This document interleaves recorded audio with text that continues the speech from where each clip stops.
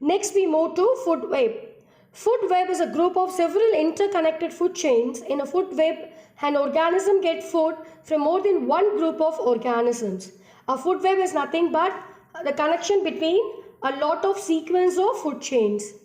The interconnected food chains operating in an ecosystem which establish like a network of relationship between various species are called food web. In a food web, one organism may occupy a position in more than one food chain.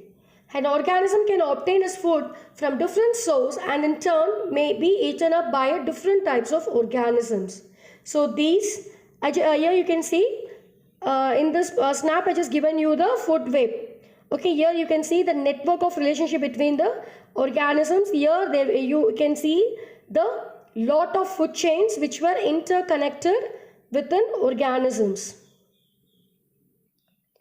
Trophic level. Each step in a food chain where transfer of food energy takes place is called trophic level. So as we discussed before in food chain, the first trophic level consists of producer, the second trophic level consists of primary consumer, the third trophic level consists of secondary consumer, the fourth trophic level consists of tertiary consumer. Since the transfer of food energy decreases at every trophic level, the number of trophic levels are limited and do not exceed 4 or 5. So here you can see the triangle, okay, that is the ecological pyramid. So from the down you can see the bottom, you can see the producer starts with the herbivore and next is carnivore, that is a primary carnivore, and next is secondary carnivore. Okay ma'am, so this will be the ecological pyramid. The various steps in food chain at which the transfer of food take place is called trophic level. Okay, so there is a gradual decrease in the amount of energy transfer from one trophic level to the next trophic level in a food chain. So only 10% of energy is transferred to a next trophic level, while 90% of energy is used by present trophic level in its life process. So I think you have got a clear mind pick about the trophic levels. Energy flow in trophic level. Green plants absorb about 1% of solar energy falling on the leaf and store it as food energy during photosynthesis.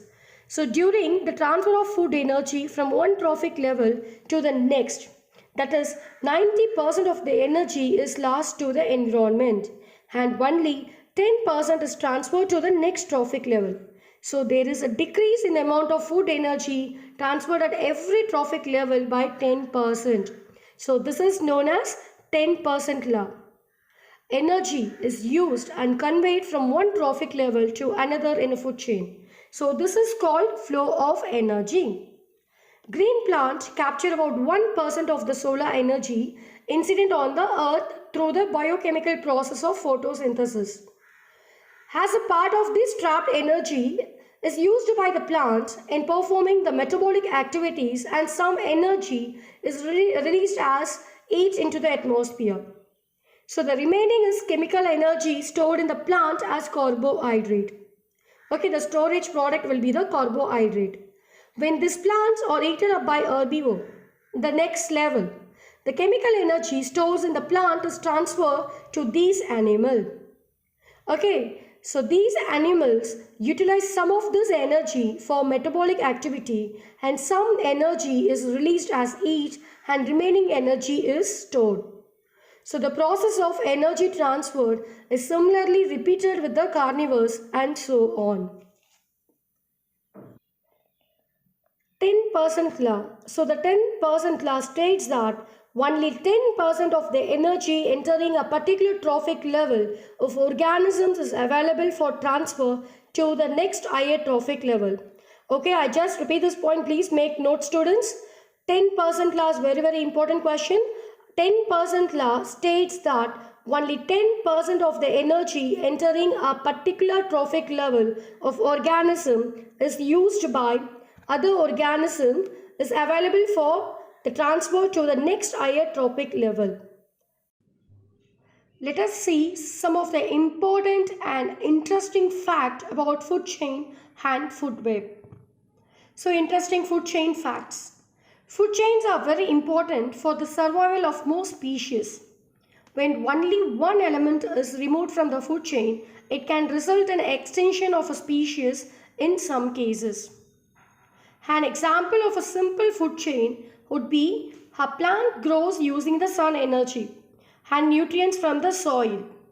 A rabbit eats the plant. A fox eats the rabbit. The fox dies and decomposes into organisms that feed the soil. So, where the cycle starts? In the soil, and where the cycle ends? In the soil. So, this is one of the very interesting fact about the food chain. Now we see about producer. A producer which is able to produce his own food. So we call that as a autotroph. Auto, it means self. Troph, it means nourishment. So self-nourishment. Every species in the ecosystem relies on producer for their existence. A producer is able to convert inorganic compound into organic compound. Without this process, life could not exist.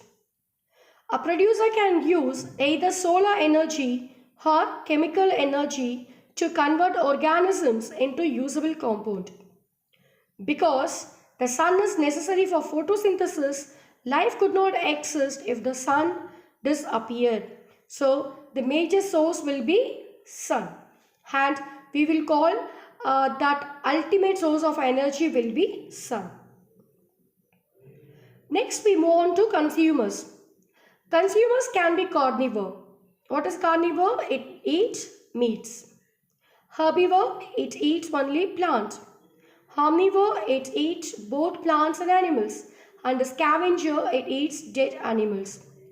Example of omnivore, that is the plants and animal eater, or bears, which eat fish, insects, honey, moose and grass. For instance, when you take another example, turtle, which eat crayfish, earthworms, lettuce and algae. Squirrel, which eat seeds, fruits, eggs and insects. And monkey, which eat fruit, leaves and frog. So example of carnivore, that is the animal eater, it includes owl, snake, fox and spiders. So next we discussed about the food web. Food web is a concept that expands on the food chain.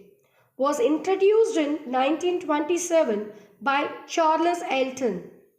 Food chains can be short or they can be long. It depends on how many consumers can be eaten before one dies and begins to decompose. If a food chain were to continue too long, the energy would become less and less and it not be very valuable to the animal at the end. So these are the interesting facts about food chain and food web. Thank you, students.